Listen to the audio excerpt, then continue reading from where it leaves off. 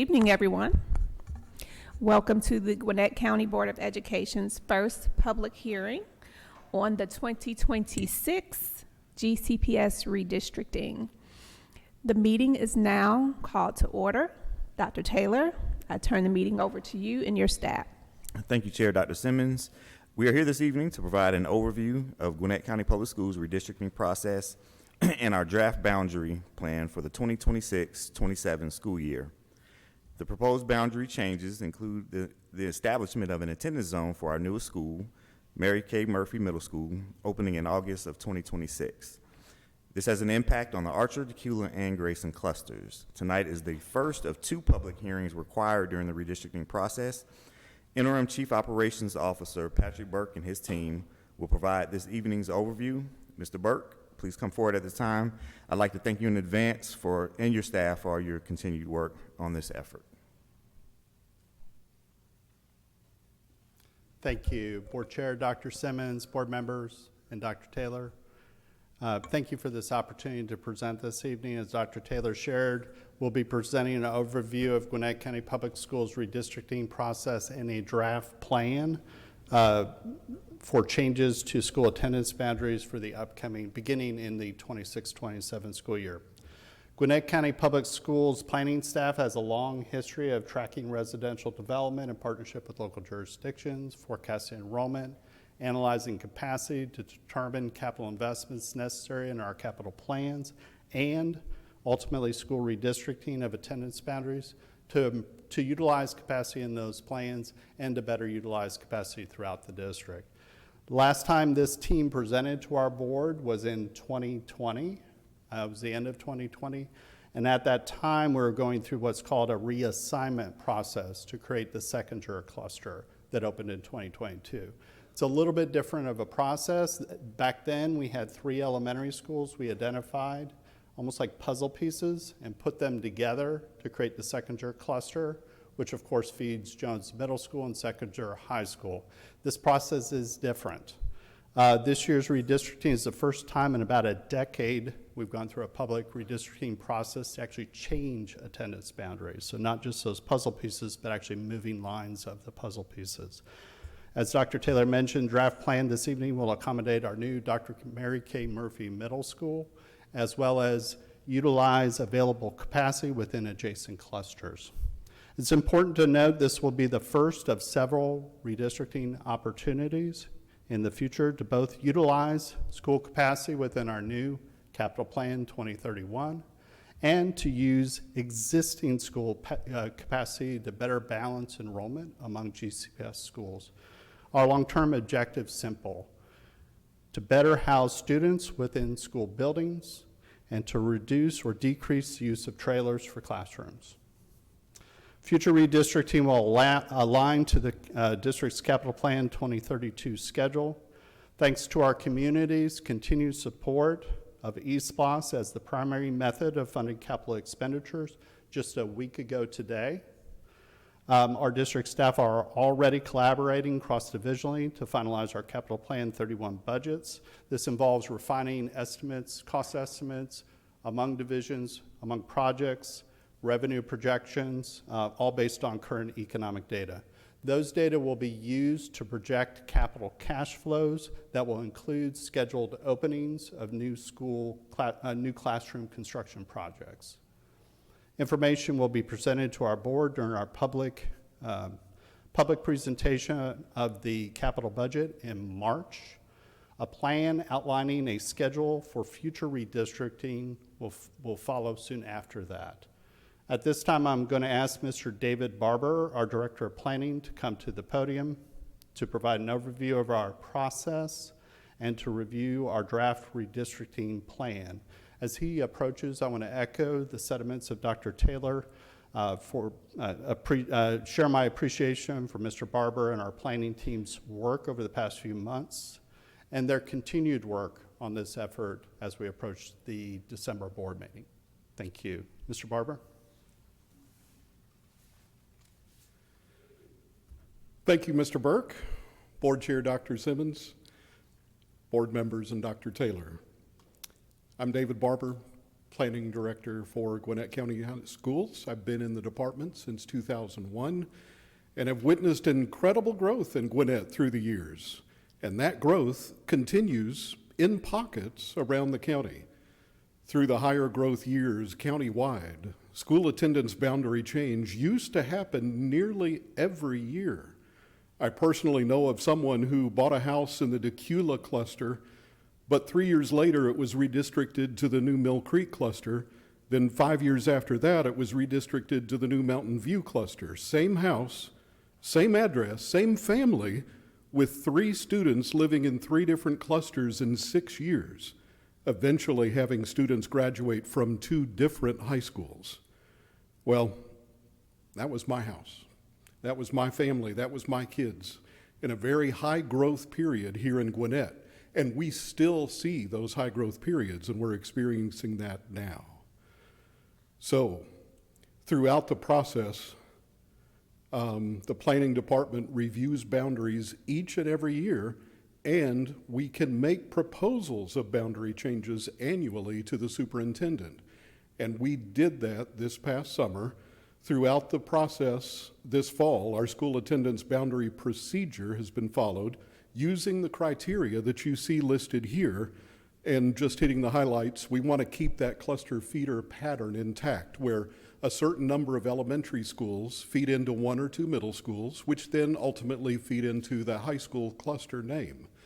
We look at that current and forecast student enrollment, capacity of the buildings, utilizing that capacity, as Mr. Burke said, the location of the school in residential proximity where possible, student transportation, logistics are very important as well.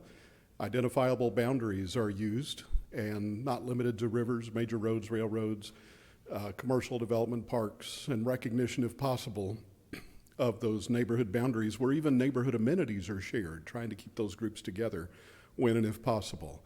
And always consideration of anticipated prospective changes in student population in the future. Part of the redistricting process is giving our existing high school students a choice. When an area is redistricted, rising 10th, 11th, and 12th grade students who began at a certain high school may remain there through graduation if they can provide transportation and remain a student in good standing. Students rising into the kindergarten through 9th grade years must follow the approved redistricting. When students are moved, teachers can also be a part of the process in moving from one school to another. And this summer, planning proposed changes in the Archer, Decula, and Grayson clusters, as you well know, for the opening of Dr. Mary K. Murphy Middle School and to relieve overcrowding at other schools in the area. Planning contacted principals and cluster superintendents to begin the process.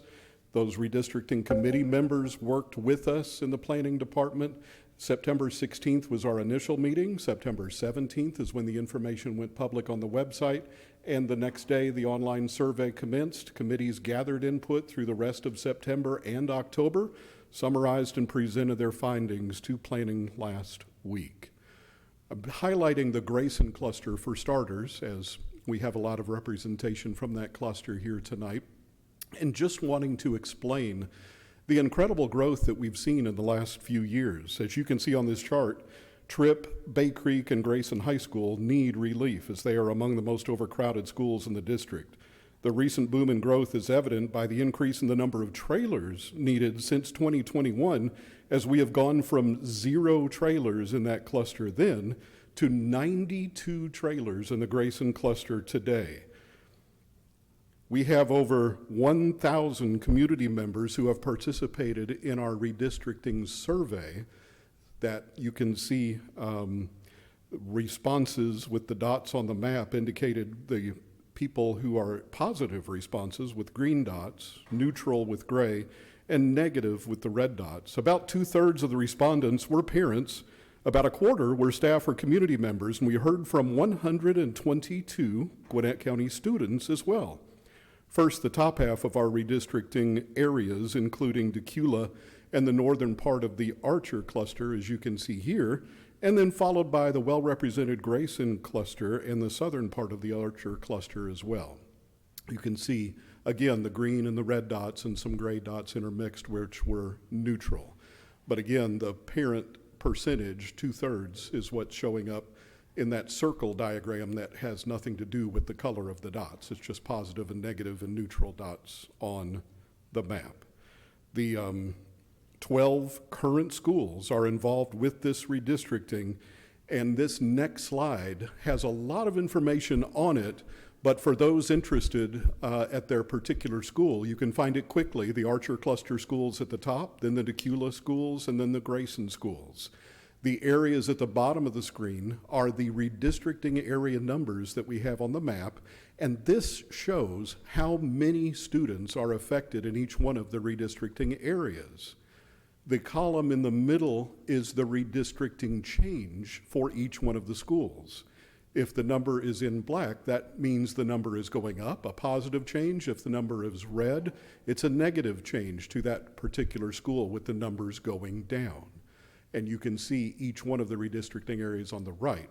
Down at the bottom right, it just explains which redistricting area is moving from what schools to what other schools. For example, area number 1.1 at the bottom has 32 elementary school students, 17 middle schoolers, and 37 high schoolers for a total of 81 students that are currently attending Alcova Elementary, Decula Middle, and Decula High.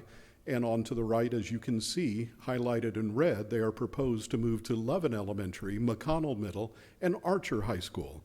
So that's how that chart works. And you can see up near the top, the new Dr. Murray K. Murphy Middle School is expecting to have a capacity of 1,100, and with the redistricting changes, bringing in approximately 925 current day students. But with development continuing, we expect that number to go up in the next couple of years. Moving ahead, here is the map. The top part of the map, which shows the Decula cluster, and the northern part of the Archer cluster. The planning department considered public input that proposed equally populated areas and subdivisions for redistricting. Some subdivisions were closer to their current schools than the initial draft redistricting options.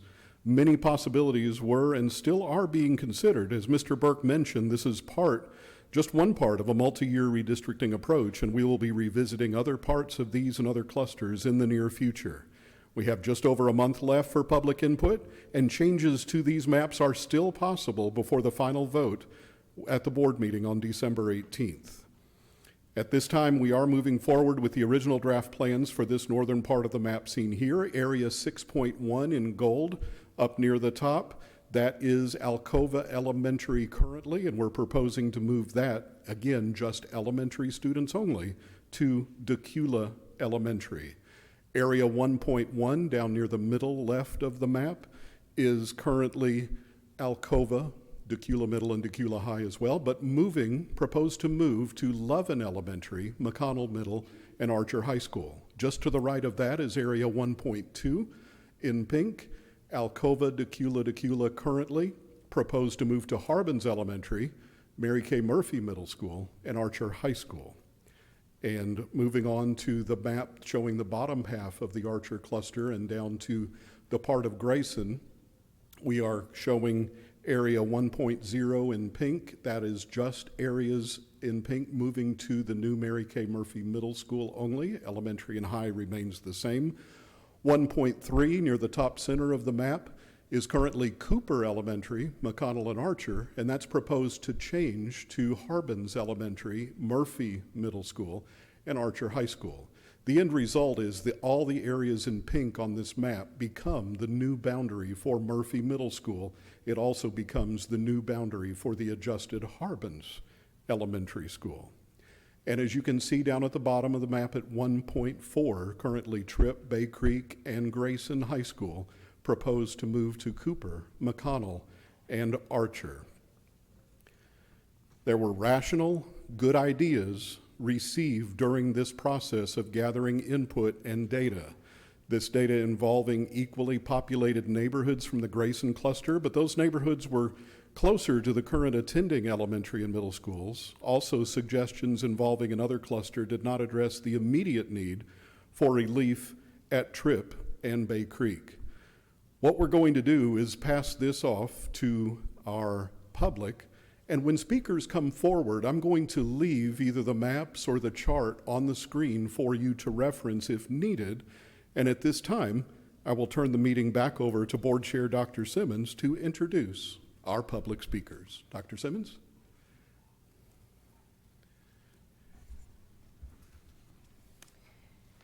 Thank you, Mr. Burke and Mr. Barber.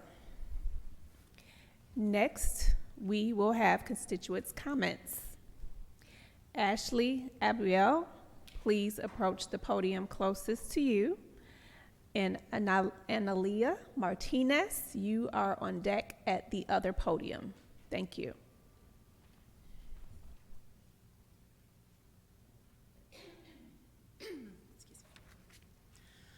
Good evening.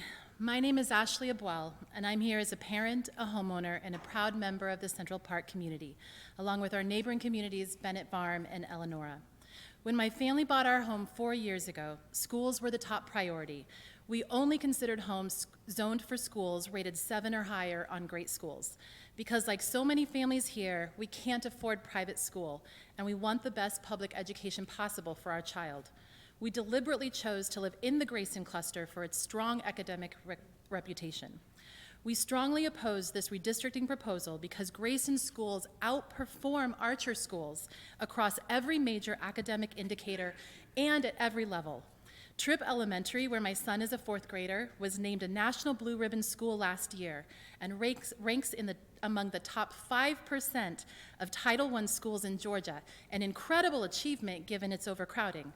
The principal at Bay Creek has built such a successful program that he was recently named the 2026 Georgia Middle School Principal of the Year. Bay Creek's math and science scores on the Georgia milestones are approximately 20 points higher than those at McConnell Middle. And Grayson High School has built a legacy of academic excellence, athletic excellence, and opportunities for its students. This proposal would move our children from high-performing schools rated 7, 9, and 8 out of 10 to lower-performing schools rated 6, 6, and 7. How does this promote empathy, equity, effectiveness, or excellence for our students? It doesn't. It undermines the educational opportunities our families worked so hard to secure. Our preference is to keep all current Grayson students in the Grayson cluster, but if some must be moved, it is illogical that our neighborhood should be pushed out and rezoned for Archer. The current plan fails to consider the future growth of both Grayson and Archer clusters. A better solution is to rebalance enrollment within Grayson, shifting boundaries towards schools that are under capacity or scheduled to expand through building additions.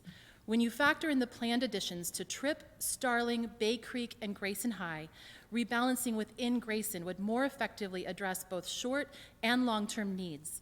We have seen the enrollment and capacity numbers, and we know that it can be done. We ask GCPS to return to the drawing board and create a plan that truly solves overcrowding by rebalancing within Grayson cluster, moving quickly to complete planned additions, and cracking down on fraudulent residency and kinship affidavits. Grayson and our children deserve thoughtful long-term planning, not a short-term fix that causes lasting harm. Thank you.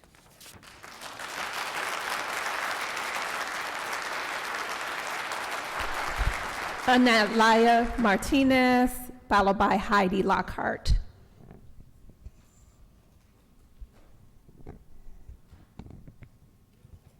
Please come up.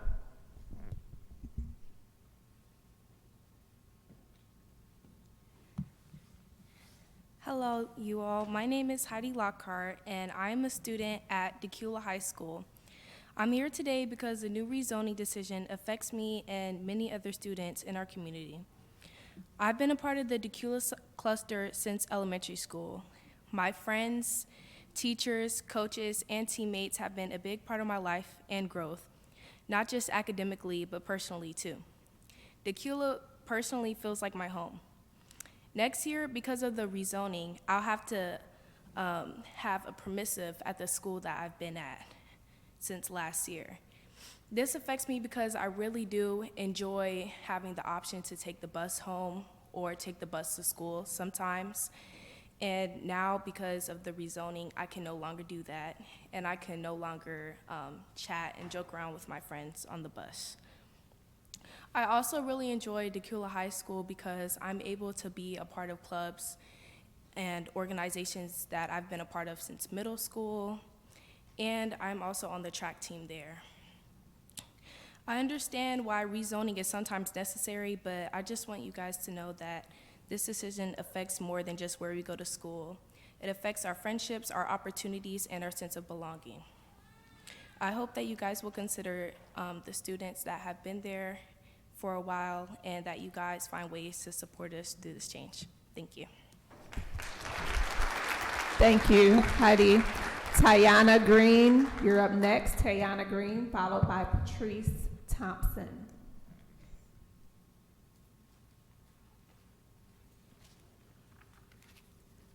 Good evening. My name is Tayana Green, a mother, homeowner, and veteran. My first thought is, how does renters have priority over homeowners when it comes to school? Isn't homeowners the people who have the stability when it comes to their children staying within the same school cluster? Aren't we the ones paying the taxes and our home values are being affected? As we all know, school play a major role in our property value. The part about this redistricting is I have been so concerned about my daughter's mental health, adapting, and education. You want to know why? Well, let me tell you. It is because we moved to this area for the Grayson cluster specifically. My daughter is what most call a military brat, where both parents serve this country and she is constantly having to move. We decided on buying to create stability for our child because she didn't deserve to keep having to change schools and cry when she had to separate from her friends, the main reason why I got out. As a parent, I am responsible for my daughter's tears, pain, and hurt. We thought by buying a house in this area, we would be safe. Speaking of safe, let's talk about it. I've never had to worry or fear the unknown when it came to this school cluster. I've always felt my daughter was safe here. Now, trying to move her and all other students create a fear of safety for us parents. We entrusted you all to prioritize our children and their safety. The worst part about this is our children are the ones that's having to suffer, although we as parents are doing the right thing by putting their education first, which is why we bought these homes in the area in the first place. Has anyone looked at the data for the bus accidents or car accidents? Well, Eleanor, Central Park, and Bennett Farm Homer did. Did anyone look at school rankings, property values, or percentage of students our community bringing to the Grayson cluster? Well, Eleanor, Central Park, and Bennett Farm home owners did. We've looked at boundary lines. We spent many hours data collecting this information. We've even came up with possible solutions that we are asking you all to look at before making this decision. Could you all please revisit the map? Please look at neighborhoods that are closer to other schools such as Farr Elementary that has available capacity for those communities that can help alleviate the capacity at Grayson. Could you even look at creating a charter school? If you don't stand for something, you will fall for anything. We're asking that you all revisit the map and come up with a better solution because Eleanor, Central Park, and Bennett Farm is not the solution to the problem. Thank you. Patrice Thompson, you're up next, followed by Megan Jutras. Patrice Thompson, followed by Megan Jutras.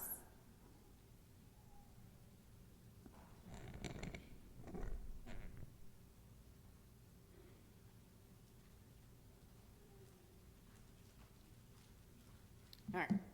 Hello, my name is Megan Jutras. My kids belong to the Decula cluster. My son has been going to Alcova since elementary school. He's in the gifted classes. My daughter's been going to the high school, well, Decula cluster since she was in kindergarten. I knew I shouldn't have done this. Now I'm gonna get emotional. If you look at the map, my house is on the border of 1.1. If you look at the map, that whole area from 101 right there off of Martin's Chapel, there's our one house. That's it. Off of Martin's Chapel up to Simonton, from Bramlett to Simonton is this one house. The man that owns my house owns 200 acres right there. So where they get their rezoning from the population of housing developments coming in, the owner of that property is not planning on selling anytime soon. So that shouldn't have any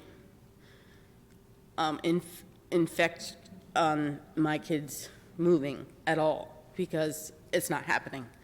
I've offered to give them the owner's telephone number to tell them it's not happening.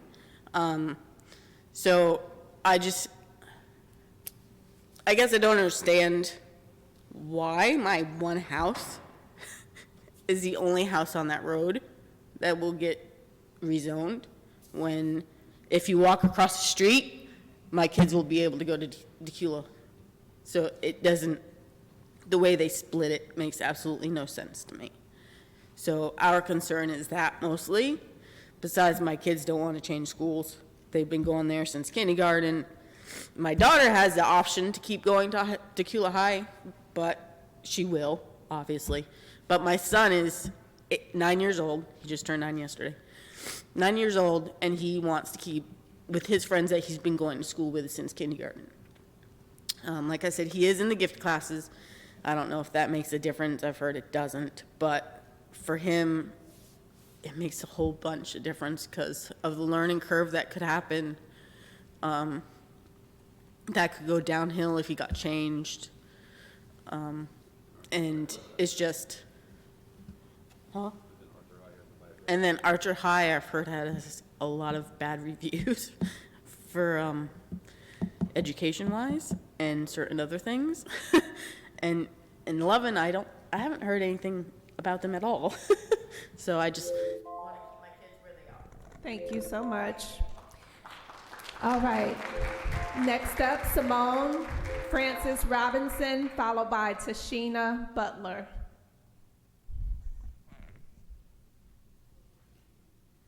Good evening, board members and attendees. My name is Simone Francis Robinson, and I'm a resident of Central Park. Thank you for allowing us to voice our concerns, and I hope the board will listen and take them into consideration when making the final decision that affects so many families who purchased homes in the affected communities.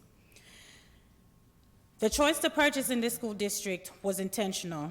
Great schools, community, and athletics. I work in Midtown, a sacrifice to drive 2 hours daily for highly rated schools.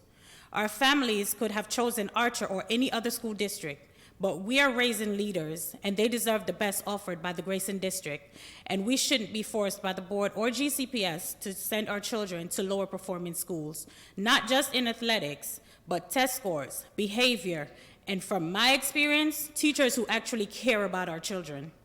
I'm a Navy veteran, and I'm finally able to provide an environment that fosters growth and stability, and not having to relocate every 3 years, causing my children to start over every single time. Never did I imagine that I would have to defend my children against the school board and GCPS for not properly managing and planning future growth in the cluster.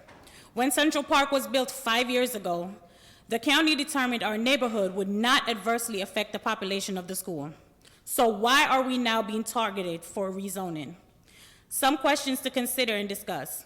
Are the new subdivisions currently under construction zoned for Grayson? And why aren't our communities grandfathered from this rezone? Will we continue to pay the Grayson tax rate for our properties, and our kids don't have access to Grayson schools? Have you taken into consideration how the rezone will affect the property values? Consider the mental health impact and anxiety students are now experiencing. My 11-year-old gets up every day and asks me, "Mom, did you hear anything about our rezone? Do I really have to not go to Bay Creek Middle School next year? All my friends are there, my sports team, my coaches, my teachers, they all visit me at my school just to say hello. Do I really not have to go to Bay Creek Elementary next year, to Bay Creek Middle School next year?" Our community members have done extended research and provided all the data to the board that was emailed to you. There are some solutions mentioned that might make the most sense, like returning students from the Central Gwinnett cluster back to their school clusters, or rezone our children to comparable schools like Starling Elementary. Please consider all the options before making your final decision that would adversely affect students and homeowners. Thank you. Tashina Butler, you're up next. Tashina Butler, followed by Rory Morris. Rory Morris. Next up, Rory, come on up. You'll be followed by Tisha Thomas, up next. Good evening. Good evening. My name is Rory Morris, and I'm a freshman at Grayson High School. For the past 3 years, I've been looking forward to joining the community, but after hearing about the redistricting, my heart broke. I've heard great things about the opportunity the school offered, the clubs, AP classes, and Grayson Tech, which is what fueled my excitement. But knowing the board has no issue stripping that away just as quickly as I've arrived fades that previous feeling. It makes zero sense to redistrict a neighborhood that may be the farthest north point from Bay Creek and Tripp, but is one of the closest to Grayson High School. Not to mention, which is also incredibly unfair to all the parents that purchased homes in the affected neighborhoods specifically for the school. In the morning, I get up at 5 a.m. to catch the bus at 6:20, but the primary difference between Archer and Grayson is the distance. If Archer is a 20-minute drive from our neighborhood, what time will I have to catch the bus? It'd be impossible to wake up at a reasonable time that I can still catch it at. Last May, my sister, Shona Morris, graduated from Grayson High School with incredibly high marks, enough so that she's a sophomore in only her first year of college. She managed this feat because of those opportunities. Our family specifically moved to Grayson and paid the cost to attend for the past 5 years. Now the board would be disrupting school tradition and culture within our community for a population solution that is not sustainable. I will be disenfranchised from the same opportunities that my older sister had. My younger brother, Declan, is a 7th grader at Bay Creek Middle School, and he would have an even bleaker future that he won't have an opportunity to go to Grayson. Other students and I won't know what to expect if we're sent to Archer High School, because this isn't anything we could have expected. What I believe the board often forgets is that, unlike a college, people are more than numbers here. The lines on a map move more than students. It moves relationships and opportunities. Throughout middle school, whether it be Couch or Bay Creek, we were prepared to come to Grayson. Taking that away makes it feel like none of our efforts mattered, and we are all just numbers. We are not asking for exclusiveness, but reason and fairness, to maintain relationships that could be broken, to have the same opportunities as our older peers, to stay where we belong. I hope the board will reconsider and see the reason and better option for redistricting. Us students are ready to work hard to prove how much Grayson High School means to us. We can only represent its glory if we're given the opportunity. Thank you. Thank you. Tisha Thomas. Tisha Thomas, followed by Nisa Thompson.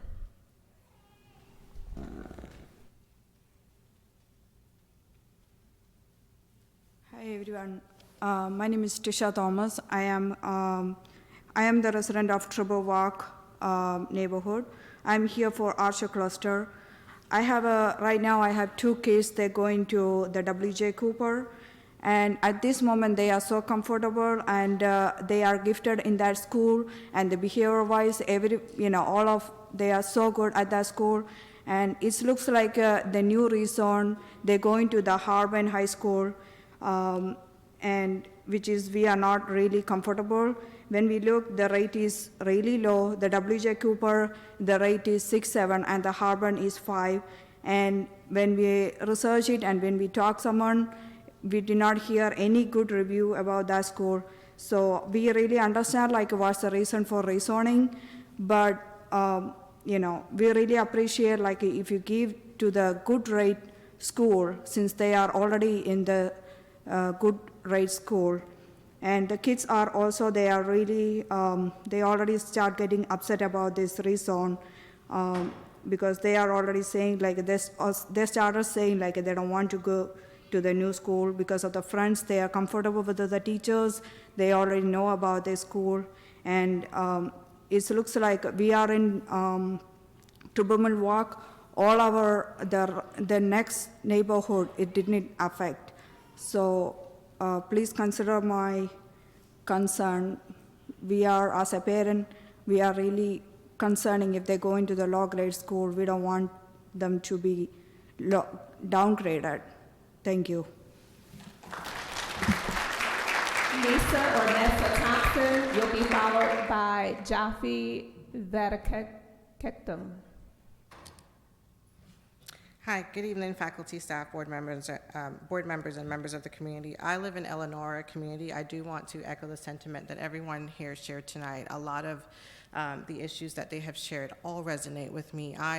Both me and my husband, we bought our home in 2022. We lived in Alpharetta for many years. We both work. I work in Sandy Springs, and my husband works in Peachtree Corners. That drive for me is tedious every single day, 2 hours. I currently have a daughter who attends Tripp Elementary and a son who is at Grayson High School. Fortunately for my son, he can drive, but he also picked up a job that is right across the street from Grayson High School, so he has that opportunity to leave from school and go to straight to work. But for my daughter, she is at school for 11 hours a day. I don't have the privilege and the opportunity to get to her in a reasonable time to be able to do things that other families might. And what will happen is if you move her to a different school district, that makes my commute longer.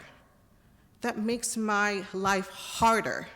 So I'm asking you guys, please think about my children as well as all the other families that are going to be impacted by the additional drive. Archer High School is not right down the street. Our children can walk to Grayson High School. They can walk, part of a healthy solution for them. You guys are taking that away and removing that altogether. They can't walk. I mean, my daughter, who will eventually, when she goes to 9th grade, and obviously she won't be able to drive, I have to drive a completely opposite direction just to get to her. It's really, really frustrating I'm sure for everyone here tonight. But I know that the main issue for the overcrowding, as mentioned at Tripp, one of the main issues was the trailers that are currently at Tripp Elementary. And I just wanted to just give a little perspective tonight really quickly before I leave the podium. I come from a place where trailers aren't uncommon. I was born and raised in the U.S. Virgin Islands, and I know firsthand what it's like to learn in a modular classroom. But our reasons for using trailers are very different. The key difference is that in the Virgin Islands, trailers were a necessity born out of natural disasters.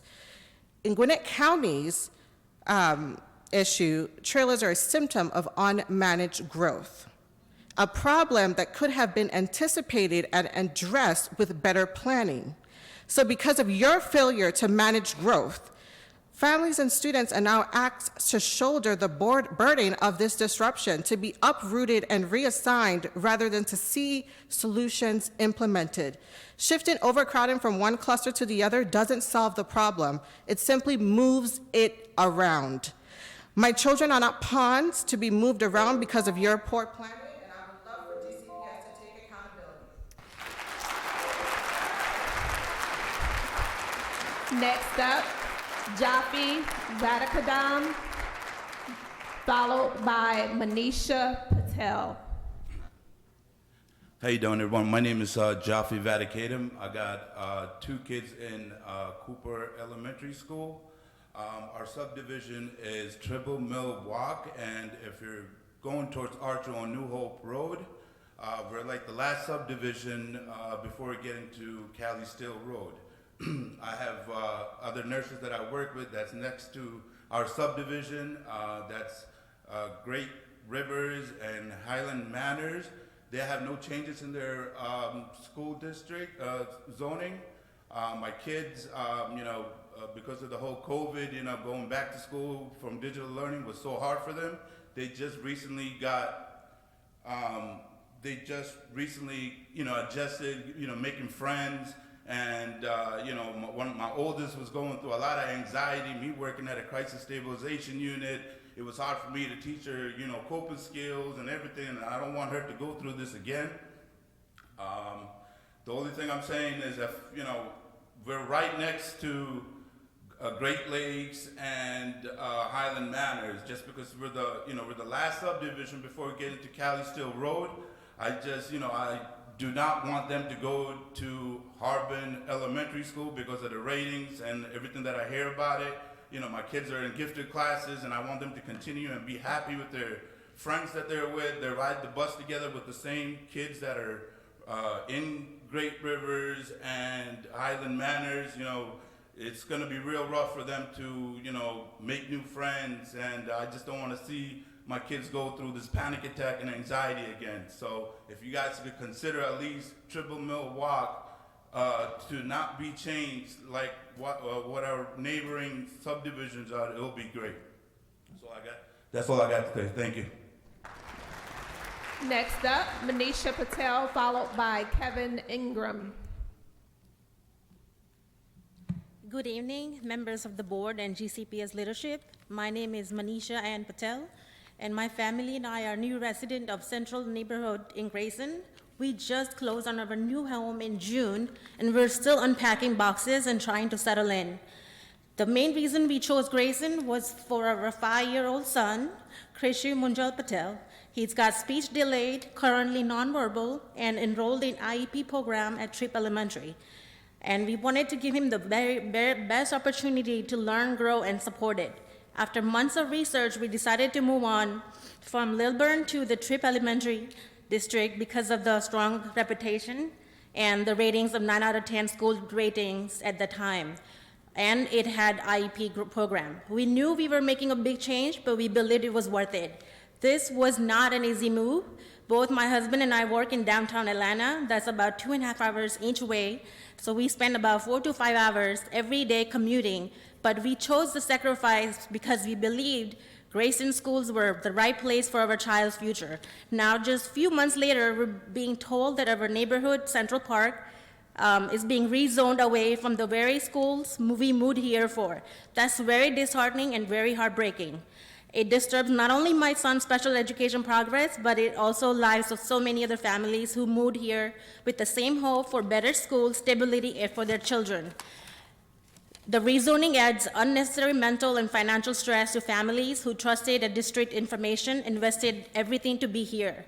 It feels very unfair that some areas would be moved to new schools promoted while Central Park families who chose Grayson for its excellence and effectively being downgraded and no IEP program. We understand the growth means change, but the change shouldn't be punishing families who did everything right, who followed the process, brought homes, built their lives around Grayson schools, are now majority would think to sell homes and move to other places. I respectfully ask the board to please reconsider this rezoning plan, allow our children to stay where they are supported and thriving. On behalf of the entire Central Park neighborhood families, we are standing together as one and request you to kindly reconsider this decision. Giving us grades for just months does not help other families. Give us at least 2-3 years to decide if this is even worth it. Thank you for your time, your attention, and your commitment to the Gwinnett families. Next up, Kevin Ingram, followed by Davida Smart.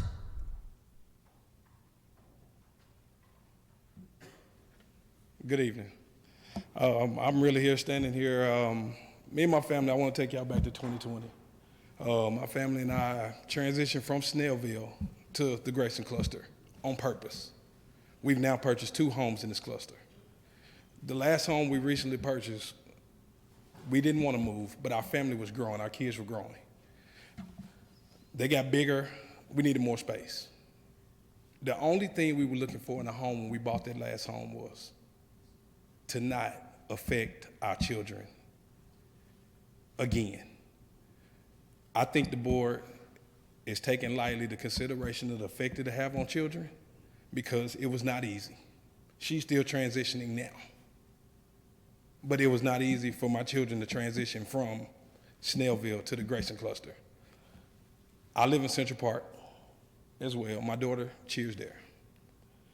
She missed the bus the other day. She was able to walk home. She missed the bus at Archer. Who's going to get her? I work on the south side of Atlanta at the airport. My wife works in Decatur. There's no way we could get there and get her. I ask that we please relook at this. My subdivision is 1.5 miles from the high school where she goes to school, walking distance. There's no way she could walk to Archer. And McConnell and what was the other? What, you know that school, McConnell and Cooper is just as far as where she go to elementary at. I asked that we take another look at it, please. Thank you. Davida Smart, followed by Kylan or Kaylin Clark. Good evening. My name is Davida, and my family recently moved, closed on our house in Bennett Farm, and we intentionally made this decision to live in this community. We moved from Snellville, and where we were districted to South Gwinnett, we had been looking all over for a house. And as you can imagine, with the current climate of, the real estate industry, it's extremely hard to find a house that's affordable that is within a cluster that you really appreciate. So like many families, we intentionally and meaningfully made this decision to move to the Grayson cluster because of its strong academic reputation, sense of community, and a stability for our children. One of my primary concerns with the proposed redistricting is the proximity and safety. Our neighborhood is approximately 3 to 5 minutes from Grayson High School. So if you're not familiar with where Bennett Farm is, it's off of Hokie O'Kelly and 20. We're right on the edge. You won't miss it. By contrast, Archer High School is approximately 17 minutes away. This requires traveling across Loganville Highway twice a day that creates logistical and safety challenges that do not exist today. This raises an important question about boundary logic. If high schools are meant to be anchor clusters, why are neighborhoods 15 to 20 minutes away from Grayson High School being kept in the cluster while families who live within walking distance are being moved out? We are simply asking that proximity, safety, and continuity, of all of which are GCPS's redistricting criteria, be applied consistently and fairly. I also want to acknowledge that the issue of overcrowding is real, and we understand that trailers and capacity challenges must be addressed. We want to be a part of a solution, not a barrier. However, before moving students who are closest to the schools, we ask that you all consider another factor that directly affects capacity. And this is enrollment accuracy and residency verification. In high school demand clusters like Grayson, it's common for students to attend under affidavit and temporary resident arrangements, including through employee affidavits. From my understanding, this is not tracked, in that when a student has an affidavit, they continue to have that affidavit, and there's no way that you all are actually tracking if someone has moved. So what I'm proposing for you is that we reassign the northern neighborhoods added to the Grayson cluster in 2009 back to the central cluster, Gwinnett cluster, where students currently have available capacity, and rebalance enrollment within the Grayson cluster itself.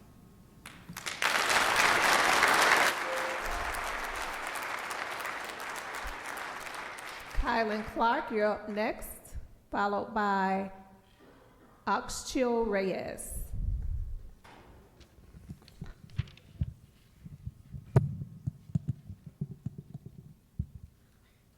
Hello, my name is Kylan Clark. I am in 4th grade at Tripp Elementary School. I'm here today because I found out I may have to move to a different school next year. When I heard that, I started crying. I felt scared and my stomach hurt because Tripp is where I feel safe. I have ADHD and autism, and sometimes I get overwhelmed and nervous. But my teachers at Tripp know how to help me. They know what to say and what to do when I need a break. They don't make me feel different. They make me feel understood. It took me a long time to make friends, but now finally I have real friends who care about me, and they know when I need help and when I need space. They don't laugh at me. They protect me. I don't want to lose them. If I have to leave Tripp, I am scared. I will have to start all over again.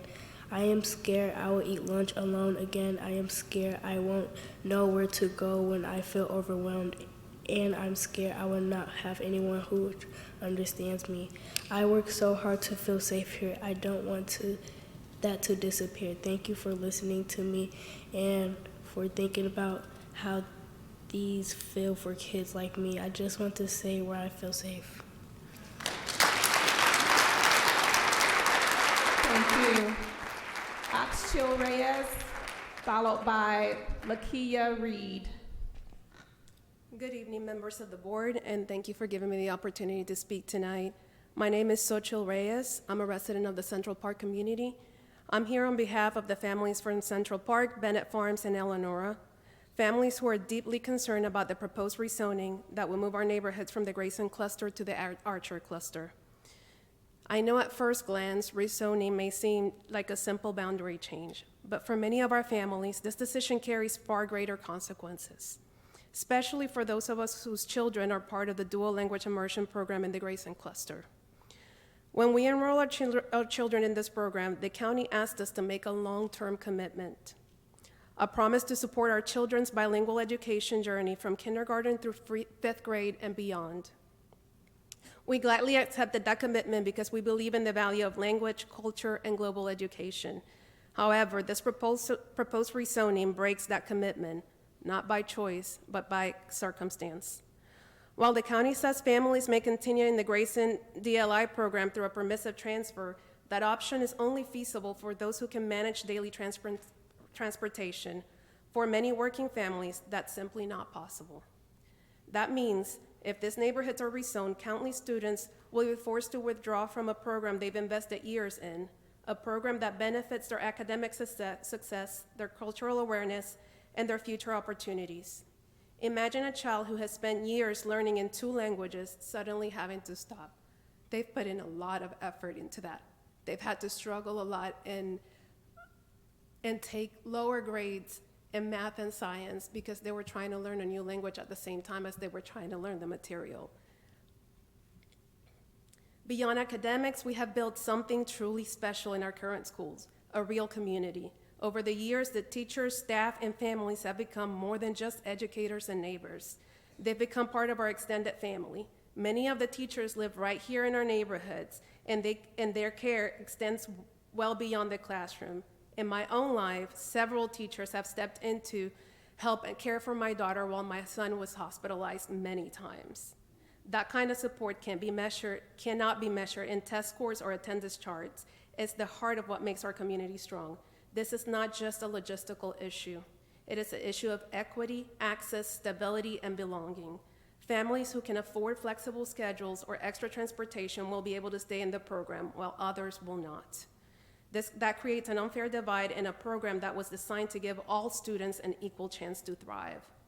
We understand that growth and rezoning are sometimes necessary, but these changes should not come at the cost of breaking educational continuity or uprooting students from programs and relationships that are working. We urge the board to reconsider rezoning Central Park, Bennett Farms, and Eleanora to the Archer cluster. Keep our neighborhoods in Grayson so that our children, regardless of their parents' work schedules and transportation limitations. Thank you so much. Thank you so much.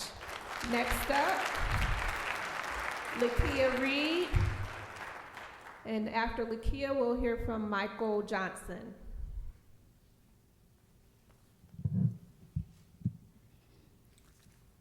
Good evening. My name is Lakia Reed. I am a 5th grader at Tripp Elementary School. I'm currently in a gifted class and a part of Student Council, Junior Beta Club, and DIY Club. I play softball and is so excited about this upcoming spring season with my Grayson Ram friends. When Mom and Dad told me we were buying a home, I was so excited because I got tired of moving around and changing schools. I got tired of having friends for a year, then having to make new ones. The friends I made at Tripp has been the longest friendships I have made. I've been here since 3rd grade. I also was shy. A big thanks to my teachers each year for helping me come out of my shell. I still visit each one of them each morning because they had a major impact on my life. When Mom and Dad told me about possibly changing schools, I cried. I was upset because they told me I wouldn't have to worry about that again. I'm still wondering, why us? I asked my mom why it couldn't be someone else, especially with our neighborhood combined only making up 34% of the population. I'm standing here as a Grayson Ram asking you all to please reconsider. I was looking forward to Bay Creek Middle School and Grayson High School. I enjoy the programs I'm in and the school that I'm into. I don't know how I'll fit in the other schools. Please don't make us change school clusters. Thank you. Michael Johnson, you're up next, followed by Gayatri Rehendran.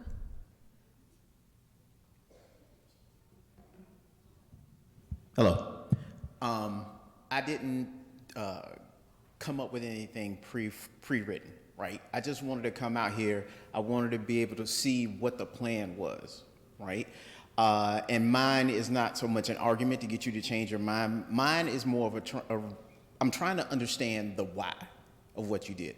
I've heard about what you're going to do, but nobody has said the why, right? I get that you're moving kids around to lighten loads for different schools, but in my case, came from Snellville. My daughter was on for Shiloh. Shiloh High, Shiloh Middle, Partee Elementary. Partee Elementary was great. Shiloh Middle and High School, no, they weren't. So like Mr. Ingram and Ms. Smart, my wife and I decided to come to Grayson. We purchased at Bennett Farm. We've established relationships with several of our neighbors, Christopher, Tanisha, several people, right? And so what I don't get and what I don't understand is that on your slide, Grayson High School is overcrowded by 731 students. And you're planning on taking away 125 from our cluster and moving them someplace else. That leaves 606 students that they're still in excess of. So how does moving our 125 alleviate that problem? It just seems more like a student body shell game in terms of your approach than anything else.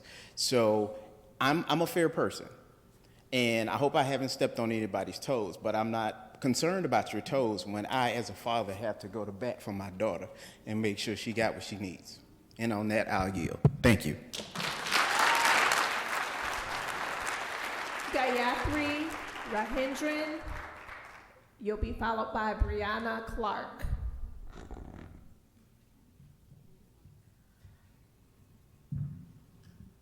Good evening, members of the board and committee, and thank you for the opportunity to speak. My name is Gayatri Rajendran, and I live in Bennett Farm, Loganville with my family. I'm here to share the serious impact that the proposed redistricting would have on our family. Before moving here 6 months ago, we lived in Florida for over 9 years. We didn't make the decision to move lightly. After careful research, we chose the Gwinnett County, specifically the Grayson cluster, because of its strong academic reputation and excellent school ratings. We invested nearly all our savings in a home zone for Grayson cluster for the school strip, Break Creek, and Grayson High. This was not just a financial investment, but an investment in our son's education and future. Our son now attends Strip Elementary, a school recognized nationally for excellence and named a 2025 Georgia Title I Distinguished School, and he has been recently selected for the Gifted program. And he needs a school like Trip that provides a challenging and stimulating environment, including the French dual language immersion and enrichment programs where he can truly thrive. Since the redistrict proposal was announced, our 7-year-old asks every day, will I have to change my school? And I don't want to move. It's so heartbreaking to see that kind of worry in a child who has finally found a place where he feels settled, confident, and happy. As parents, our top priority is his education and emotional well-being. Moving students from a high-performance school to one with lower ratings could affect their growth for years to come. Taking away an environment that supports their success simply isn't fair. This redistricting makes our move feel meaningless. Being reassigned from a high-rated school to one with low ratings would feel like a loss not just financially, but emotionally and academically. We also worry about the broader impact on home values and community stability, which affects many families like ours. We understand that the district faces challenges, but the education and emotional well-being of students always must come first. We respectfully ask the board students to consider a fair and compassionate solutions, such as grandfathering the students already enrolled in the Grayson cluster, allowing them to remain in their current schools through graduation, while new school students can follow the updated boundaries. This approach meets the capacity needs without disrupting the children who are already thriving. Thank you for listening and for keeping the education and well-being of students as the highest priority. Thank you. Next up, Brianna Clark, followed by Tamika Renshaw.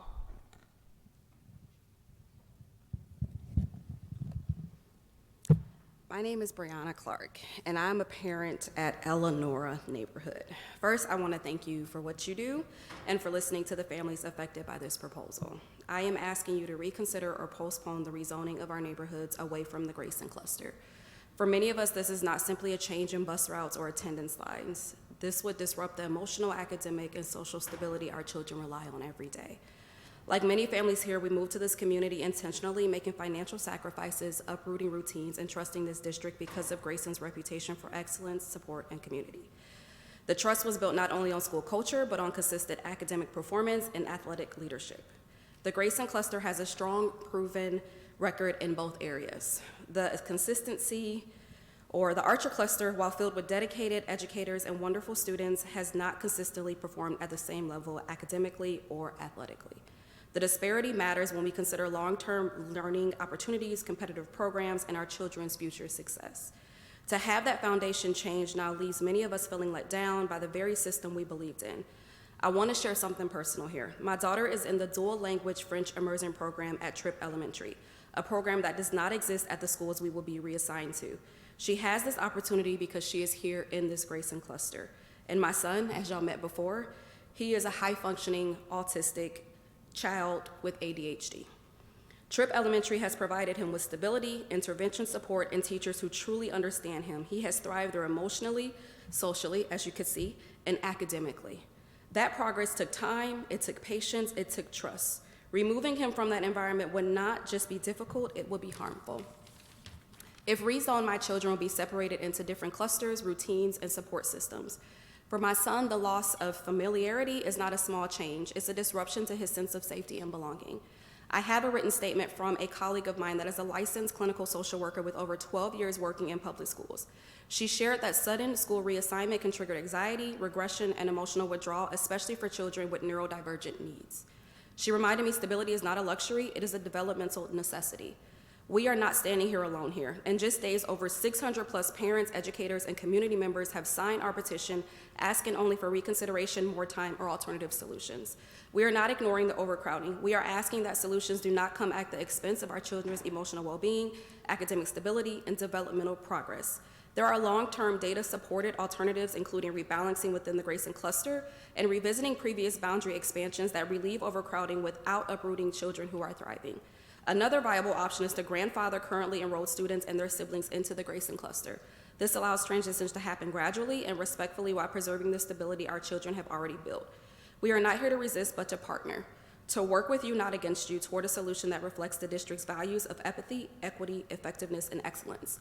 Please, let's do this the right way, with empathy, with care, with our children's hearts at the center. Thank you for your time. Thank you. Tamika Ransall, you'll be followed by Mark Stewart. Good evening. My name is Tamika Ransall, and I've been a resident of the Central Park subdivision since its 2020 inception. Our home is located 1.5 miles from Grayson High School, so close we can hear the band practicing. Most homes are purchased based on the high school, not the elementary and middle school, which is one reason this rezoning plan is unreasonable. My son is currently a thriving sophomore at Grayson. He's in the gifted program, and next week will be inducted into the Beta Club based on his academic achievements, character, leadership, and service. Archer doesn't have a Beta Club. Because he's in good standing, he'll be allowed to remain at Grayson, but transportation will not be provided. That places stress on our family because we work outside the home and will not be able to provide transportation for him. His safety is a concern walking to and from school during periods of darkness and inclement weather. I'm hoping today's meeting is not just a formality for a decision that's already been made. Our communities have put a great deal of time and effort into presenting data and solutions. Please don't disregard us and treat this matter as business as usual. Please hear us. And what about our property values? Data shows homes near top-rated schools like Grayson sell for 10% more than comparable homes in lower-rated districts like Archer. Comparable homes near Grayson generally have a higher list price of 25 to 30% compared to those at the Archer cluster. So we'll be paying Grayson taxes, but in Archer's cluster. Make that make sense. There are so many inequities with this current rezoning plan, such as one, property owners in established communities facing rezoning, but renters and occupants of new developments along the same cluster boundaries remaining in the Grayson cluster. 2, the lack of verification, transparency, and accountability for kinship affidavits, which raise concerns about enrollment integrity. And 3, the sponsorship of international students from foreign countries to Grayson High School, while children of tax-paying residents are being pushed out. The 3 subdivisions in this Grayson cluster only represent 21% of the total overcrowding across the 3 schools, yet our communities are the only ones being targeted. Rezoning these 3 subdivisions will not solve the problem. Established communities should be grandfathered in, and the new developments should be rezoned. A very thorough 23-page document was presented that provided several logical, long-term, data-driven recommendations, such as 1, tracking and auditing residency and kinship affidavits for enrollment verification, relocating the Grayson Technical Education Program to a nearby facility, maintaining the established boundary of Loganville Highway as the dividing line between the Grayson and Archer cluster, and allowing established communities to be grandfathered in and remain in the Grayson cluster. I'm in support of that document and oppose the rezoning of Eleanora, Bennett Farm, and Central Park subdivision. Thank you. All right, we're now here from Mark Stewart, and you'll be followed by Dorkeisha Hill.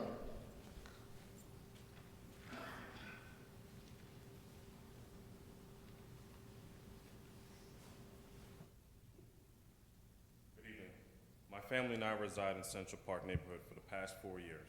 Before that, I served 10 years in the U.S. Army, where I learned the value of discipline, integrity, and service to something larger than myself, values I still carry with me today as a member of the Grayson community. I respectfully oppose the rezoning that would move our neighborhoods from Grayson to the Archer cluster. I'm not against progress, far from it. In the Army, we were taught that every mission requires a clear plan, and every plan starts with understanding the ground we're standing on. This proposal doesn't reflect that understanding. It creates disruption, instability, without solving the underlying issue. The proposed reassignment offers minimal to no relief for overcrowding. Moving us won't fix the problem. It simply shifts it to the Archer cluster, whose schools are performing at a much lower level than the Grayson schools, creating new challenges for Archer. This change will separate students from high-performance schools and establish academic programs. TRIP, Bay Creek Middle, and Grayson High consistently outperform their Archer counterparts on every major academic measures. Our students would lose access to national recognized programs, experienced teachers, and the support systems they relied on for years. This rezoning creates real-world hardships for families and do not align with equity or effectiveness. It lengthens commutes, adds safety risks along Loganville Highway, and disrupts childcare and extracurricular activities. Many of our high schoolers can safely walk to and from school. That's how close we are. The redistricting criteria proximity relies on existing identifiable boundaries such as highways and major roads. The Archer district has never crossed over Loganville Highway, thus supporting the fact that Loganville Highway is an identified stopping point for the Archer cluster. This change would impact property values and community stability. Families made major financial and personal investments to live in the Grayson cluster. Rezoning to a lower-rated school undermines those investments and weakens trust in the district's planning process. In the Army, leadership meant listening to the people you serve, and right now, our communities are asking to be heard. We're asking to pause the proposal and work together on a data-driven, sustainable solution that reflects the blueprint for the future principles: empathy, equity, effectiveness, and excellence. I didn't serve our country for a decade to come home and watch our neighborhood's integrity be compromised by ineffective short-term fixes that accommodate new developments while displacing established students and families that have contributed to the Grayson cluster's success. Especially today being Veterans Day, I can think of no better way to honor the values I've served to protect: fairness, integrity, and respect, than by standing for what's right for our community. Thank you for your time.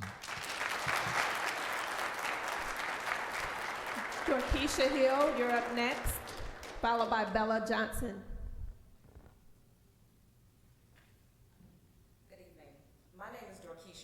And I'm a resident of Central Park. My family moved here because of the district's strong reputation and the promise of a stable, high-quality education for our son. Now, as our community faces possible rezoning, that trust feels shaken. Overcrowding across Gwinnett County, not only in Grayson, but also in the Brookwood and Beaufort clusters, has reached a point where trailers and temporary fixes have become the norm, while new housing continues to be approved. Families like mine who live directly behind the high school and represent only a small portion of the total enrollment are now being asked to bear the burden of a problem caused by unchecked development. I'm going to pause for a video. Hopefully you guys can hear it.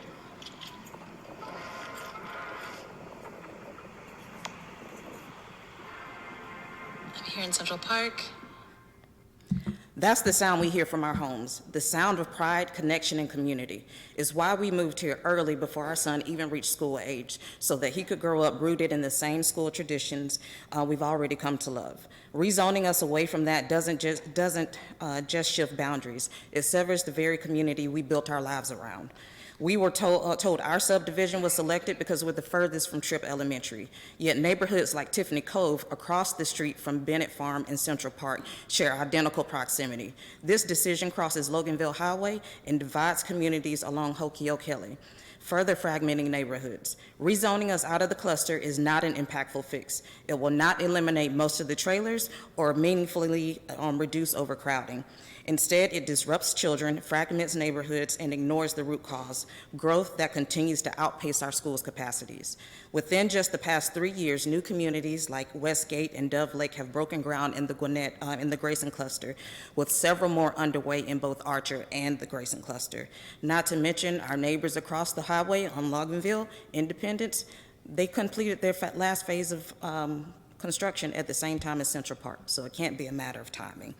I respectfully ask the board to do 3 things. 1, delay rezoning decisions until there's a coordinated plan between the district and county to manage growth responsibly. This coordination should include legislative changes that lets builders share in the cost of additional school capacity through impact fees.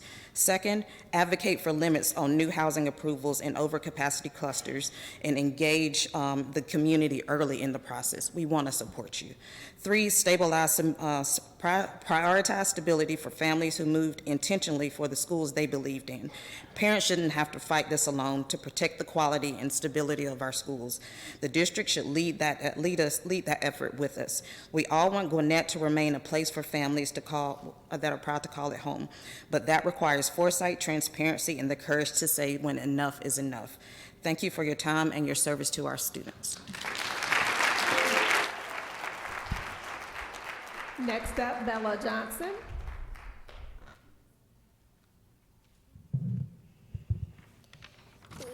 How you doing? You could just hold it, child. Just go ahead.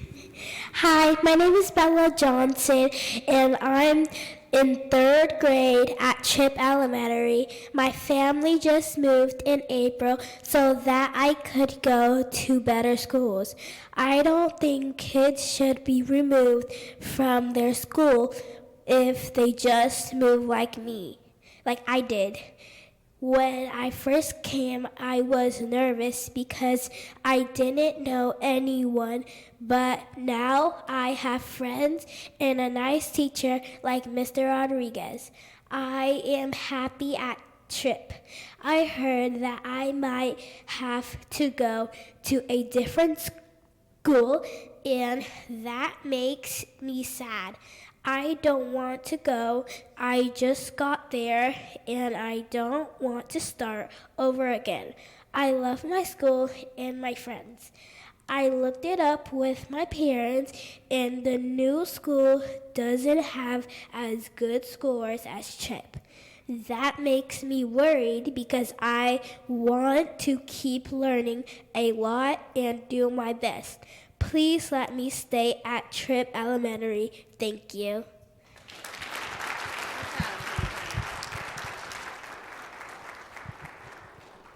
Thank you all for your comments. Now I would like to open up the floor for board member comments. Thank you, Chairwoman Dr. Simmons. I would like to, if I may, invite one of the presenters. I have some questions on the presentation.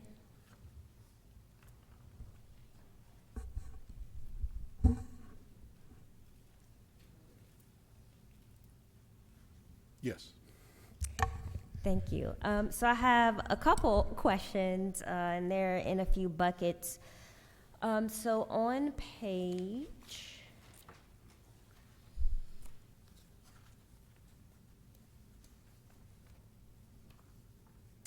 I'm starting on page 3. So there has been some conversations around exceptions as far as permissive transfers.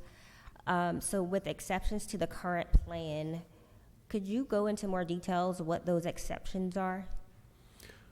Outside of what you see here for rising 10th through 12th graders only, our other exceptions would be an agreed upon by the board permission for Gwinnett County School employees to have their children go to the cluster where the employee works. Outside of that, there's no other exception. Something that we do have to also keep an eye on are special needs programs.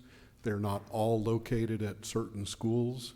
Those are assigned by our special ed department, and those students travel based on their IEP wherever that program can be held.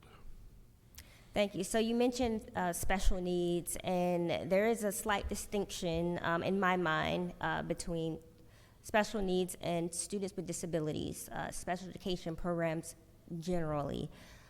So my concern is, and this comes from as a former GCPS special ed teacher just 2 years ago, around the movement of students and caseloads. So for example, I was able to serve a group of students, 14 to 15 students, over multiple years. So my question is, are we considering the impacts of students with IEPs generally and their case managers? Is my understanding that teachers will also be moving. So how can we mitigate instability and promote more stability so that teachers and students still have that rapport next school year?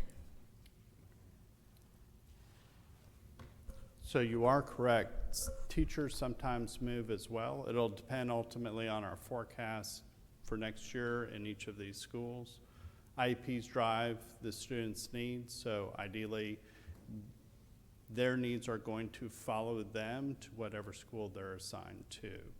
I don't know if I'm answering your question, Ms. Stubb. Yes, you are. And I just hope that the district is considering that nuance as well. My next question goes around residency affidavits. I'm going to point to page 7 and just pull some data. So we see here on the chart that Archer High School, I'm going to go by high schools. Archer High School is currently at negative 371 student capacity, under capacity. Yeah, I'll answer that. The capacity you see there, those numbers in purple for Archer High School, 3325, that is their new capacity with their new addition coming online for next fall. Since we're talking about redistricting change for next school year, we wanted to put the appropriate capacity for next school year so we can see where we are.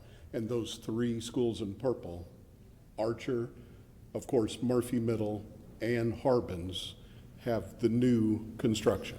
Right, right. Harbins is opening next fall, Archer this past fall. So that additional capacity that's coming online is really to address growth within the region, and that was, that is at the basis of the redistricting and need for redistricting. So currently, Archer High School is 371 students under capacity? That is correct. And with the new plan, they would be 174? It's 174 additional students that would be reassigned to Archer High School. That would be reassigned. And then, so I'm reading correctly, Tequila High School is at negative 100, so 149 students under capacity. And with the new plan, they would be 49 students under capacity? That's a net decline in Tequila High School's capacity. So keep in mind that many of these areas, as you are well aware, you know that area very well, we've got growth throughout that region. both in all three clusters, in Grayson, ongoing growth and overcrowding. And then we've got planned development in Tequila and Archer High School that we're trying to anticipate. Okay. And then I'm moving down to Grayson High School is currently 731 students over capacity. And the new plan brings that down to 125 students under capacity? It's a net change of negative 125 to the Grayson High School enrollment. So they still remain overcrowded, 600 plus students. That column that says redistricting change, that is the actual effect of the number of students that we see today, how it would change the enrollment at each school. As we discussed a little bit earlier, there's sort of this long-term strategy. Additional change will be necessary, as well as new construction and conversion.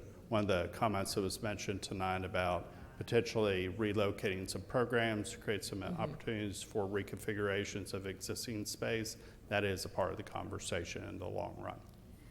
So Grayson High School with this plan will still be over capacity by about, I'm doing my math here, 500 or so students? 606? 606. So it'll still be 606 students over capacity. So I guess my other question around that is, what other possible solutions are we exploring to alleviate overcrowding, particularly because it seems that Grayson High School is the most over capacity. And I know that we've been talking about in our briefing that we had last week around residency affidavits and how do we ensure that the integrity of our students who attend Grayson High School. So that's a separate issue, but then the other is, what is the plan to address the 606 students who are still over capacity at Grayson High School? Let me take those in sequence based on your questions. The residency affidavit, there was a hard push really starting a couple of years ago around the topic of residency affidavits. Well, out of boundary students and affidavits to make sure that we're validating those on an annual basis in alignment to procedure. So there has been a concerted effort on behalf of GCPS to ensure we're having students attend the school they're supposed to attend or assigned to. That was really in anticipation of some of these redistricting conversations that we knew would be coming in future years. Capacity, the long-term solution for Grayson Cluster includes some new construction. So we know Capital Plan 31 includes some additions at Big Creek, Starling, Tripp, and then potential reconfigurations at Grayson. Those also will not be enough. Additional redistricting is sort of in the potential future of those future options we've discussed at the beginning of the presentation. So many of the ideas that have been brought up in the community are things that could potentially come to pass in the future. Okay, thank you. My next questions are around the theme of proactive communication and planning. This is something that I also brought up in our board briefing. It does feel like we're playing a little bit of catch up, and just wondering how, I know that in my conversations with the district, there has been some planning with other local governments, and I would love my colleagues to my left if we can also engage in that process. I know that's something that we've been talking about, engaging with our local governments to proactively address overcrowding, because while there are districts around us who are closing schools, who are under enrollment, we are, GCPS, we are over capacity. So that is something that, not necessarily a question, but it's something that I would like the district's support and my colleagues to help address that. Because it does, while we are charged with doing what's best for students, it is heartbreaking to hear from families who have closed on homes in May and June, and then they're notified about this plan in September. And, you know, I listened to the folks who spoke about the transportation, which was actually my next thematic groups of questions. So just wondering how we can partner with our local government, because we, in education, we don't operate in silos. And just thinking about education, is there a way maybe we can partner with, I know there's a lot of permissive transfers, and is there a way maybe we can partner with Gwinnett Transit, because it's one of those things where when we make decisions, it does kind of have a domino effect on our families, our teachers, and so that's very important. The last two things I want to highlight are the academics. I know recently I've been briefed on like RBES and how our schools are doing, so not just in the Grayson or the schools impacted in this redistricting plan. There are a few schools in District 1 in the South Gwinnett cluster, the Central Gwinnett cluster, and I'm a firm believer that zip code should not determine our academic achievement of students, the clubs, the opportunities. So I just would like to have more conversations around how we can, level to where each and every student has the same access, same outcomes, and how we are filling gaps for all of our students. My last lining of questioning is around the timing. Again, it feels like we are playing catch up, and I'm wondering, with the planning and the proactive planning, could you shed light, I know I was briefed on this last week, why this decision is time sensitive at this moment, November 2025 or December? Thank you, Ms. Stone, for that question. So there is obviously we're building additional capacity in this region with the intention of trying to provide relief to nearby clusters, so that the timing for this redistricting is essential. We must establish a Murphy Middle School attendance boundary, and we're taking this opportunity at the same time to try to provide some relief, knowing there's additional steps that need to be taken, both in terms of new construction and redistricting. And my last question, how long did the planning for this take place? Because again, I've served 1 year, right? Mm-hmm.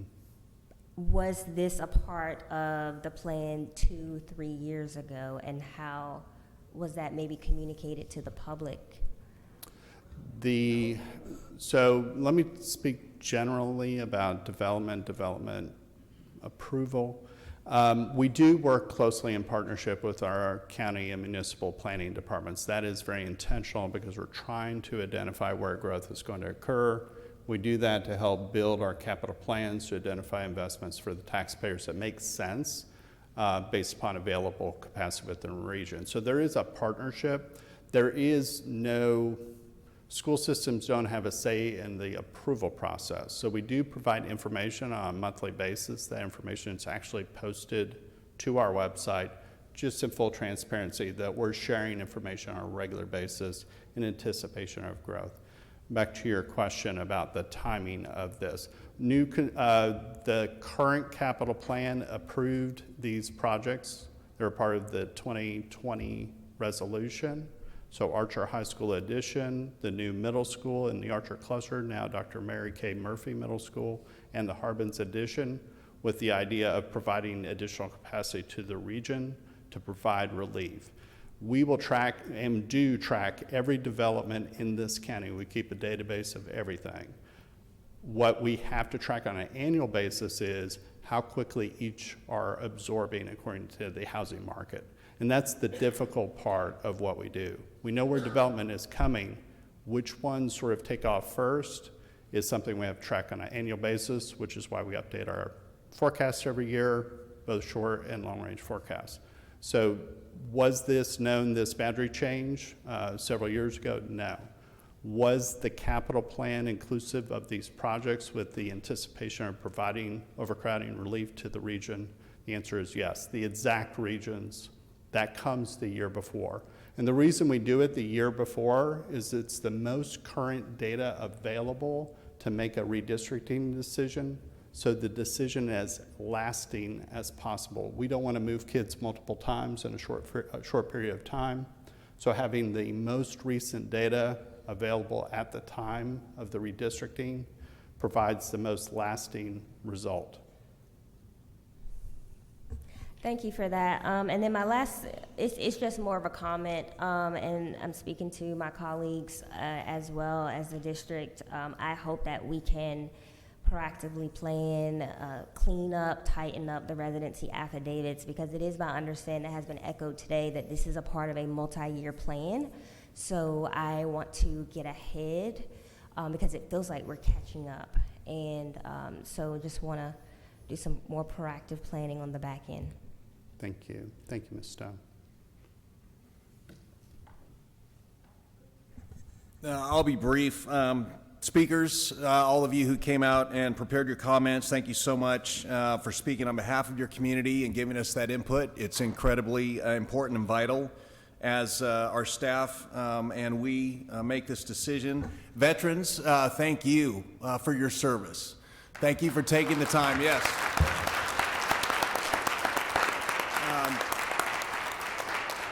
Thank you for taking the time to come out tonight. We've celebrated you today. We appreciate all that you have done and make this the greatest country in the world to live in and the greatest county to live in. I was part of a veterans celebration at Oakland Meadow this morning, and it was a fantastic opportunity to celebrate a few veterans who joined us. Staff, thank you for all your hard work. More to come. We know that. So I appreciate how you're going to take and digest the information that we've received this evening and take another hard look at what we have ahead of us and how we need to move forward, both short-term and long-term, and I know that you'll do that. So there's a lot to digest, and I'm looking forward to your feedback based upon tonight's input, and look forward to our next hearing to hear how we've looked at possible resolutions. Thank you. I just want to echo too, thanks to the community that came out tonight to speak and to have your voice heard, and also thank you to our veterans. We have a lot in the room tonight. This is kind of special being Veterans Day today and have you all here, so thank you again. I guess, tonight, Mr. Burke and Mr. Barber, thank you for staying up here. I have a quick question. Has there been any community work up to this point to kind of get us to where we are right now? Can you speak around that? Yeah, I'm going to ask David to expand upon the existing process we use to engage our communities. Sure, kind of hit it very quickly at the beginning, and we wanted to give as much time as possible to the speakers. But working with the committees, again, the principal appointed a community member and a school staff member for each one of the 12 schools that you see here that are affected by the redistricting. We met with them, charged them with the information. We gave them all kinds of data, the information that has been received. Each one of our school employee redistricting committee members had access to the survey data. They were able to take that, summarize it, come up with our different plans of action, and really just summarize everything for us to get a good picture of what's going on. We've read every single comment, and each one of our committee members have done that for each one of their representative schools and clusters as well. It's always an eye-opening experience. It's never easy. As I said earlier, I've been through it too. It's tough, but we have a great number of great schools in this district, and it will continue to be a great district, and we're just glad to be a part of this process that can be difficult at times, but in the big picture benefits the entire community by trying to get our students in brick and mortar buildings, and that's our goal. No, I definitely agree. So we had 1,068 responses to our survey. How, approximately, do you know how many students are represented within this redistricting process? Yeah, it was actually literally 122 students when I counted earlier today. 122 of the 1,068, okay. Yes. Okay, taking into consideration all three of these clusters, how many students are represented across the clusters?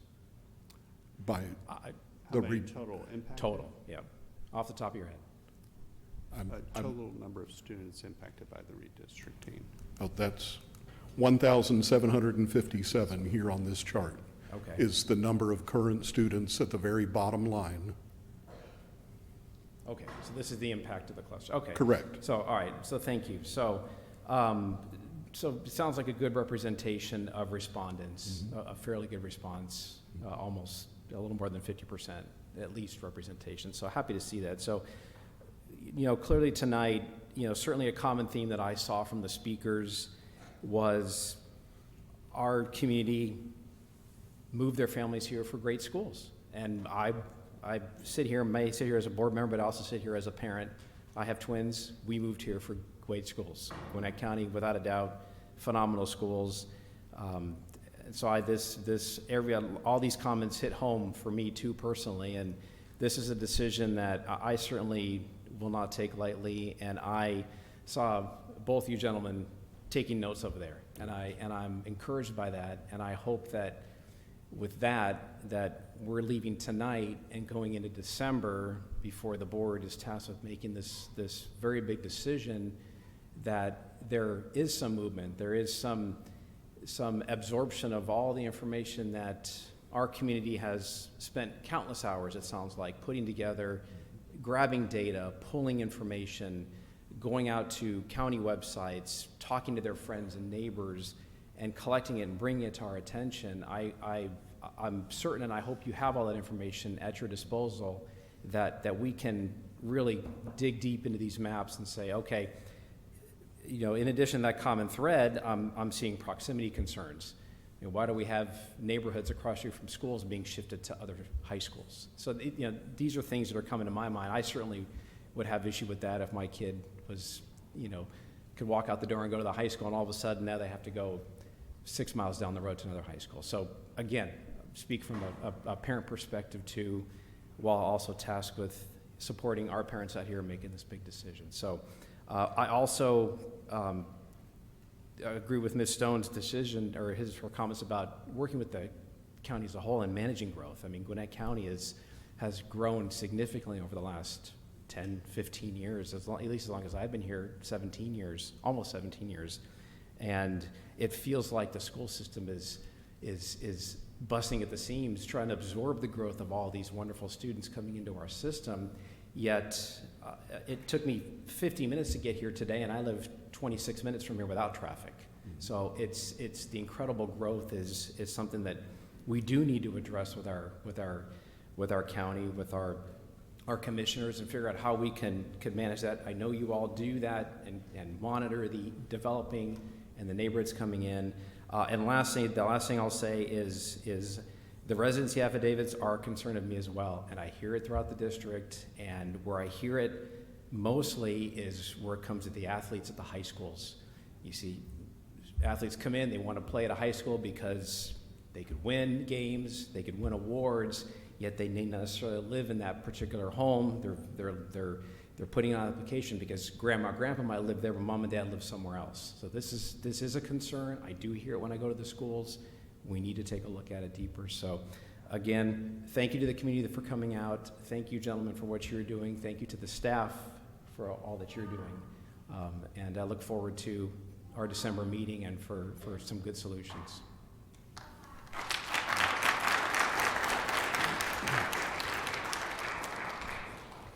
I'd like to echo the thanks for you all coming out this evening to advocate. The passion was definitely felt, and I don't take for granted that there are a number of other things you could have been doing, but this was important enough for you to come out and to address the board, and so we appreciate you for doing that. I also want to acknowledge our veterans and again say thank you for your service. Thank you to the staff for the presentation, and I do have some questions.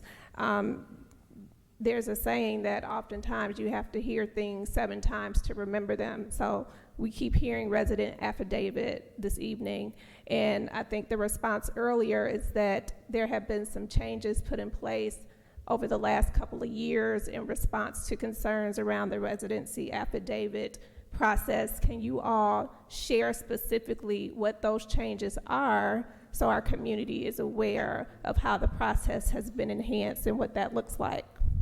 I can share a little bit context around that. So the primary thing that we shifted was really the verification process. So you'll recall that it used to be we just would essentially accept the form if it was notarized.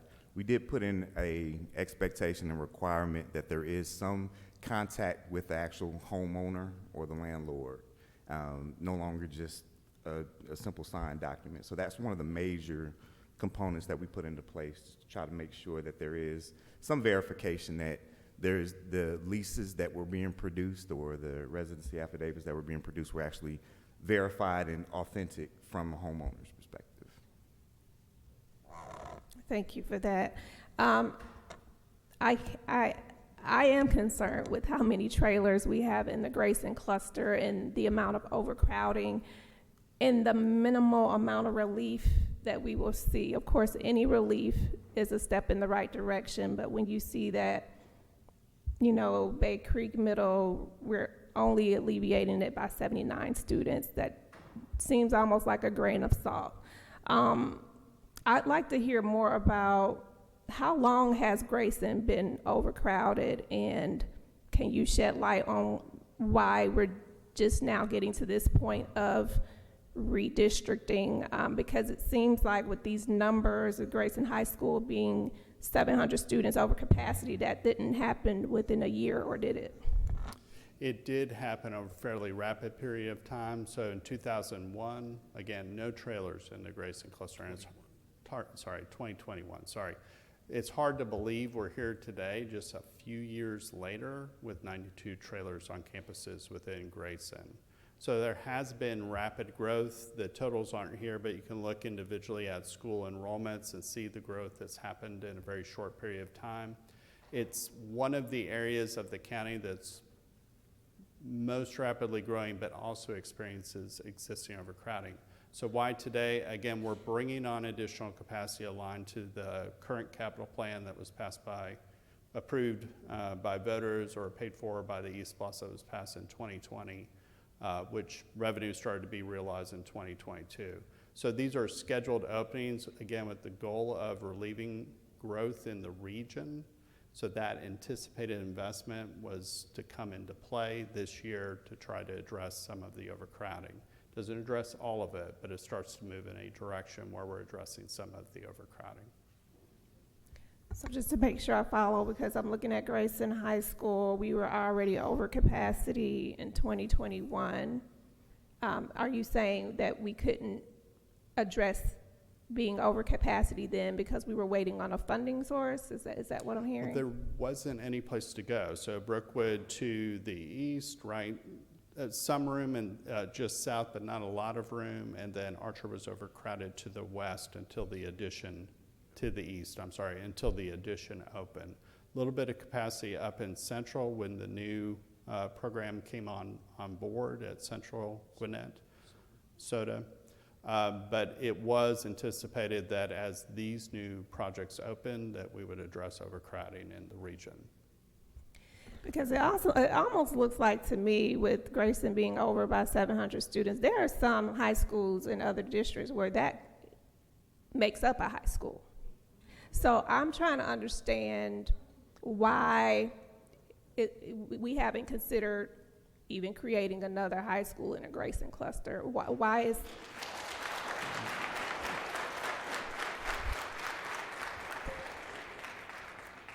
So we did look at a variety of options, but again, the goal was trying to leverage the investments we have in the plan based upon available resources, other capital needs, and the plan that just funding was approved a week ago today.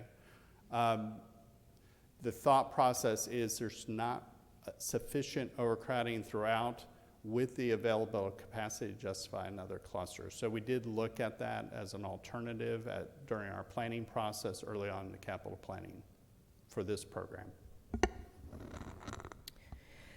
I hear the community expressing concern around moving to another cluster and the schools are not rated as highly.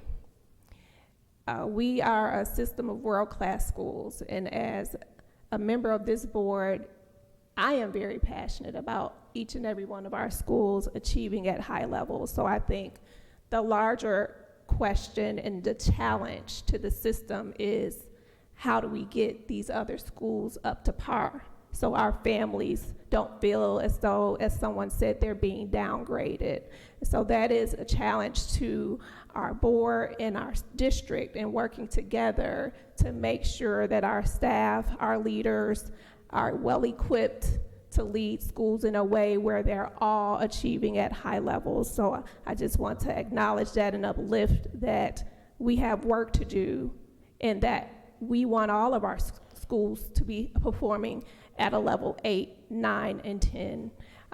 As a parent myself, I completely understand the concern that was expressed. I also understand the concern of living on the southern tip and having your students to have to go to a high school that seems to be a significant amount of miles away. So I completely understand that. And to that end, one of my other questions is, how did we consider other schools that feed into the Grayson cluster, specifically around Tripp Elementary School and the overcrowding there? I see that Starling and Couch, they appear to be closer to Archer than, make sure I'm speaking correctly, than the other schools that were targeted. So I'm interested in hearing more about the analysis done around the schools that are nearby, and why it was not possible to shift maybe some students from other schools that appeared to be closer to Archer High School. We did look very intentionally at, again, trying to relieve Tripp and Bay Creek in the short run. There are other neighborhoods we considered at length.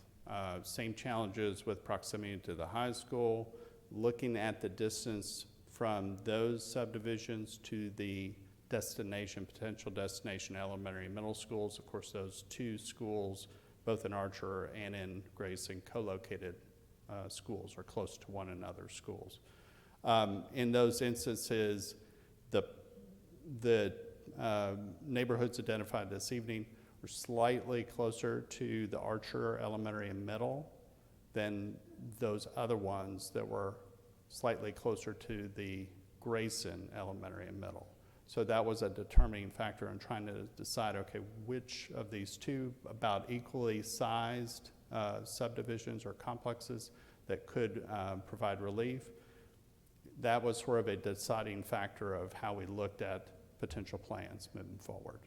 We did look very hard at that issue. Many community members raised that question as well. I'd like to, I guess, follow up and get some more clarity around the numbers at specifically Starling and Couch, just to get more clarity around if they're over capacity or not, and how it was considered, how they might have been considered in this plan as well, just because of their proximity to some of the other sites that we're discussing. So we can take that offline.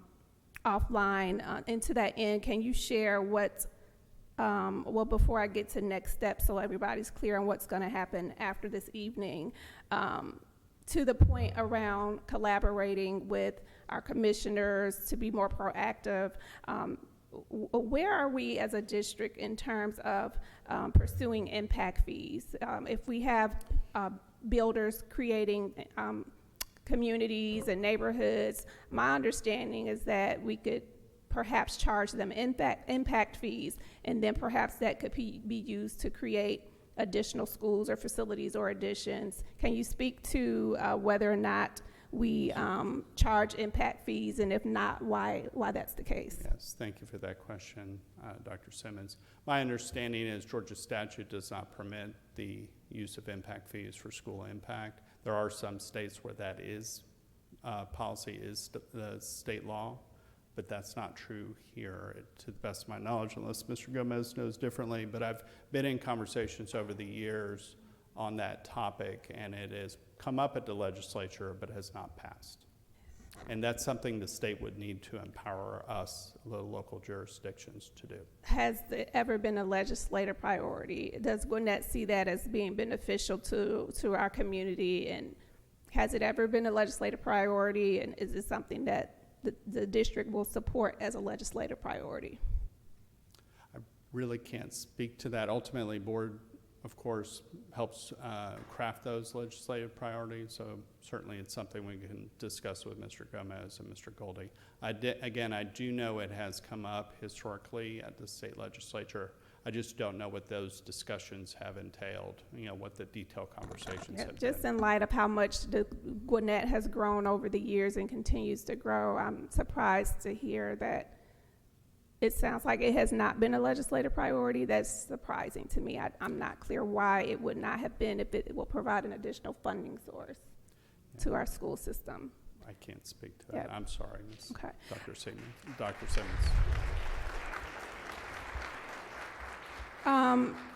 So what's next? What can our board expect, and what can our community expect after tonight? Yes, thank you for that question. I too want to thank our community for coming out this evening. The information you share is listened to, the heartfelt conversations you're having with our board.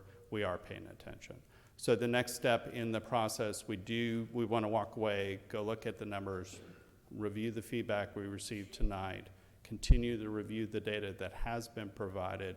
Ultimately, a final plan will come to the board for consideration in December, so we've got a little over a month to do that analysis and to continue to work on this plan, and then bring a recommendation to the board in December for final consideration. Thank you for that summary. At this time, this concludes the public comments portion of the meeting. Please note our second public hearing will take place on Thursday, December the 8th, 2025. Board members, if there is no further business, I need a motion to adjourn. I make a motion that we adjourn the 2026 GCPS redistricting first public hearing. I have a motion by Ms. Stone. Is there a second? Second. The motion is seconded by Mr. Knutson. Is there any discussion? All in favor say aye. Aye. All opposed say no. It is unanimous. The meeting is now adjourned.